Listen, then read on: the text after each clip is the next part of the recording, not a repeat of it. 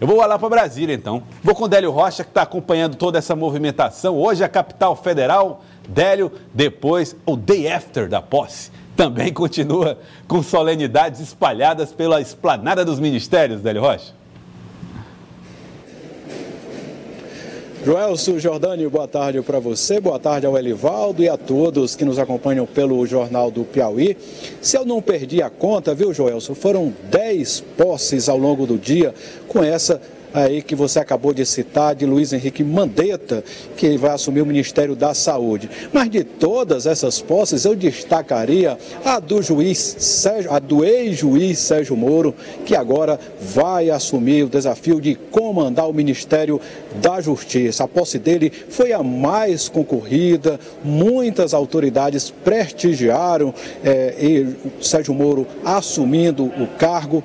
E no discurso de posse, Sérgio Moro falou que o Brasil não será um lugar seguro para os criminosos, ou, nas palavras de Sérgio Moro, um porto seguro. E nesse discurso, viu, Joelson, Sérgio Moro reforçou aquilo que já vinha dizendo antes mesmo de tomar posse, que ele deve priorizar o combate ao crime organizado, ao crime do colarinho branco, e também ele falou que é importante se mexer nas leis, é preciso ter um amparo das leis para que o combate à corrupção e à violência seja mais efetivo. Joelson, eu destacaria também ao longo de hoje uma cerimônia de posse que aconteceu no Palácio do Planalto com os 4 ministros que são os mais próximos, aliás, os que vão trabalhar ali, despachar bem pertinho do presidente Michel Temer, porque eles vão despachar também no Palácio do... Aliás, eu falei Michel Temer, não, perdão,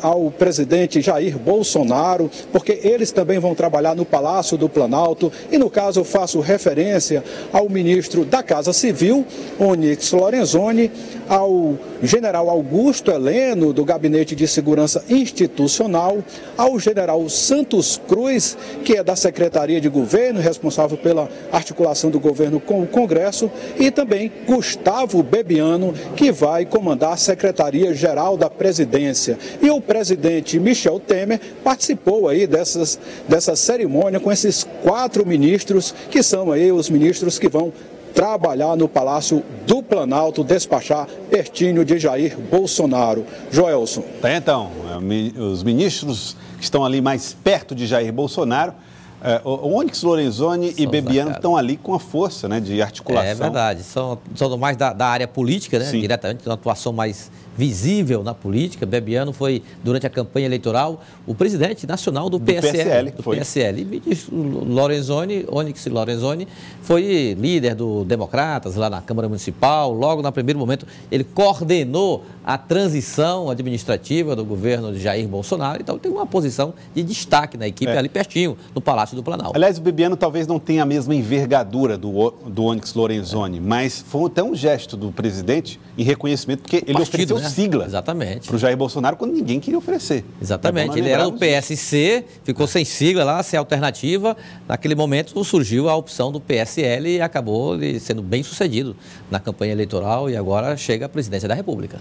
Pois é, mas a posse do presidente Jair Bolsonaro foi tomada por momentos importantes, marcantes e, meu caro Délio Rocha, foi um dia para entrar para a história, inclusive que coloca o Brasil numa outra direção, diferente daquela das gestões do Partido dos Trabalhadores, né, Délio Rocha?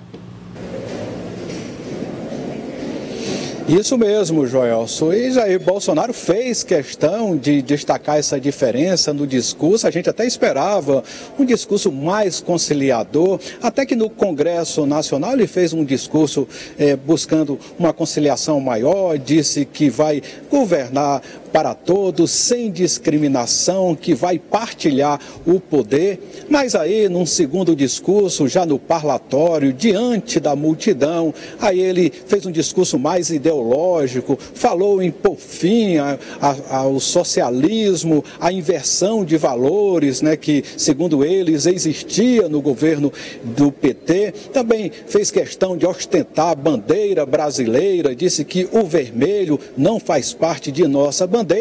E ontem, Joelson, uma multidão estimada em 115 mil pessoas participaram dessa cerimônia, vieram ver de perto o presidente Jair Bolsonaro, então chegar ao Palácio do Planalto, e Bolsonaro que fez um desfile em carro aberto no tradicional veículo da presidência da República. Ele percorreu um trajeto de 1,5 km entre a Catedral e o Congresso Nacional, depois voltou a entrar no carro para seguir ao Palácio do Planalto. Ele foi recebido pelo ex-presidente, agora ex-presidente Michel Temer, no parlatório. Antes do discurso, Joel, saiu uma quebra de protocolo. Quem primeiro falou foi a primeira-dama, Michele Bolsonaro, e aí, naquele discurso em Libras, né, que além de quebrar o protocolo, ainda fez um discurso inusitado, que foi muito aplaudido, e por fim, né, Bolsonaro aí falou de forma mais informal. Foi o primeiro discurso dele para uma multidão, né, porque no Congresso era mais ali autoridades, e na Praça dos Três Poderes, não, aí ele pôde falar para o povo. Joelson. Tá certo, Délio Rocha. Olha, e o Délio trouxe para nós, ou traz para nós, uma reportagem que mostra um pouco da trajetória do presidente Jair Bolsonaro, ex-capitão do Exército Brasileiro, deputado federal por vários mandatos, eleito através do estado do Rio de Janeiro. Vamos acompanhar. Antes de entrar na política partidária, Jair Bolsonaro encarou a vida militar. Passou quase 16 anos no Exército até ir para a reserva com a patente de capitão em 1988.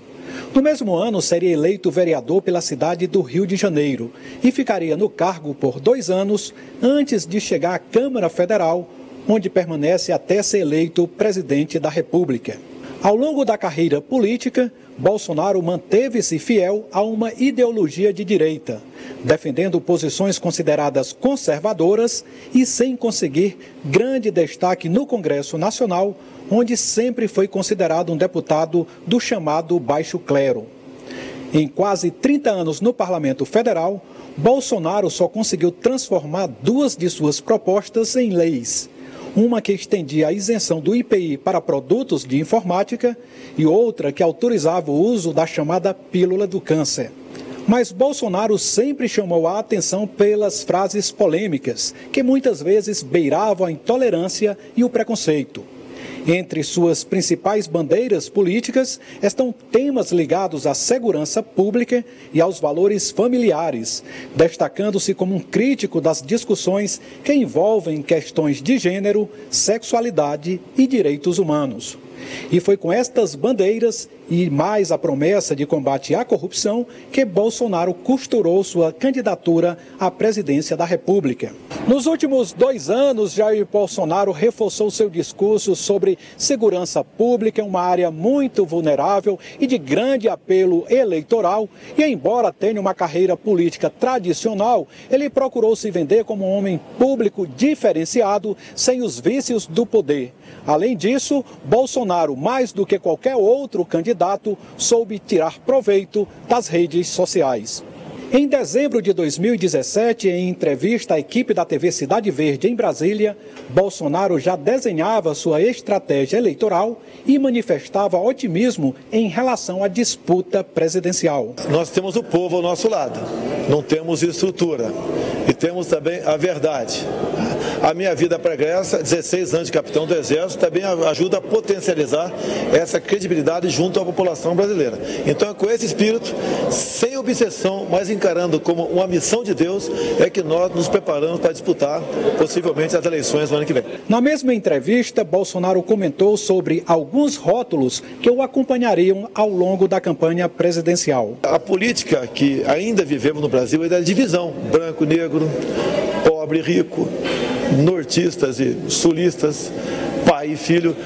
A minha política é de agregar, exatamente o contrário. Me acusam disso, são rótulos, porque não pode me chamar de corrupto. A flexibilização do porte de armas foi outro tema abordado na entrevista. Porte, no que depender de mim, será definitivo. Hoje nós temos 10 milhões de brasileiros que não renovaram o porte porque o governo assim não permitiu e estão numa situação de como infratores, no mínimo como infratores. Na verdade, estão numa situação de criminosos, que o porte ilegal de arma de fogo é um crime com a pena alta. Cidadão de bem no Brasil, o Estatuto dos Armamentos desarmou apenas você.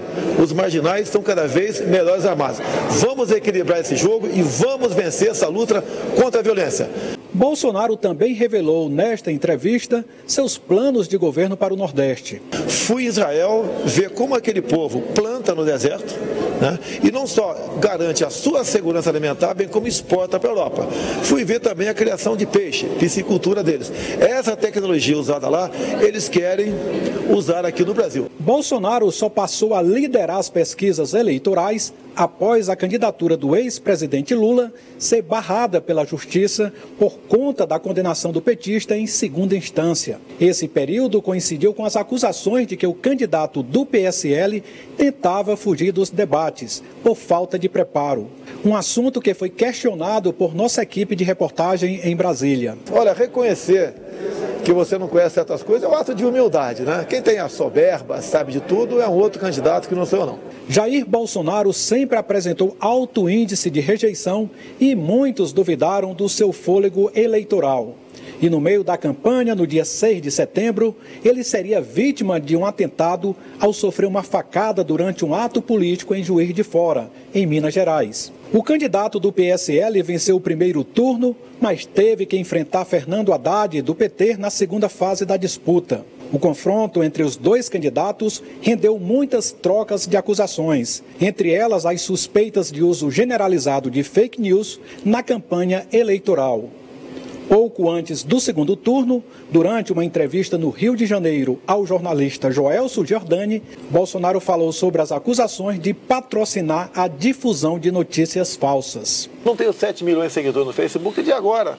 No meu Facebook, nunca impulsionamos nada, nunca pagamos 10 reais para impulsionar qualquer coisa. Nesta entrevista a Joelso Giordani, Bolsonaro também defendeu o fim do que chamou de coitadismo. Tudo é coitadismo, coitado do negro, coitado da mulher, coitado do gay, coitado do nordestino, coitado do piauiense, tudo é coitadismo no Brasil, vamos acabar com isso. As urnas mostrariam que o estilo polêmico de Jair Bolsonaro não impediria sua vitória. Com mais de 57 milhões de votos, o capitão da reserva do Exército foi eleito para se tornar o 38º presidente da República. E seu governo vai contar com a participação de vários outros militares, como ele já tinha anunciado antes das eleições em uma entrevista à TV Cidade Verde. Em qualquer país sério do mundo, os militares compõem a mesa ministerial. E eles, com conhecimento profundo do Brasil, tem que fazer parte dessa mesa ministerial, não pode ficar jogado e só ser lembrado na hora de necessidade extrema. Os militares estarão sim conosco em Brasília, como todos os demais setores da sociedade também estarão presentes caso chegue à presidência. Então, Délio Rocha trazendo a trajetória de Jair Bolsonaro e agora é esperar, né, Délio? Pois é, Joelson, olha, e agora começou a vida real, né? O governo de Jair Bolsonaro. Ontem, Joelson, eu queria até destacar aqui algumas medidas que foram tomadas por Jair Bolsonaro nesse início de governo. Ontem ele assinou seu primeiro decreto fixando o valor do salário mínimo em R$ 998, portanto, R$ 8 a menos do que o valor proposto, né, no orçamento para 2019, que foi aprovado em dezembro aqui no Congresso Nacional. Ontem também Bolsonaro assinou uma medida provisória transferindo a responsabilidade de demarcar terras indígenas da FUNAI para o Ministério da Agricultura. E o Ministério da Agricultura também vai ser responsável por demarcar terras quilombolas. Isso antes era responsabilidade do INCRA. Portanto, Joelson, a gente vê aí que o Ministério da Agricultura ganha força no governo de Jair Bolsonaro e isso certamente agrada a bancada ruralista. Joelson. Então, obrigado, hein, Délio? Obrigado, Délio Rocha, pelas informações direto de Brasília, cobertura de Délio Rocha, correspondente da TV Cidade Verde na capital federal.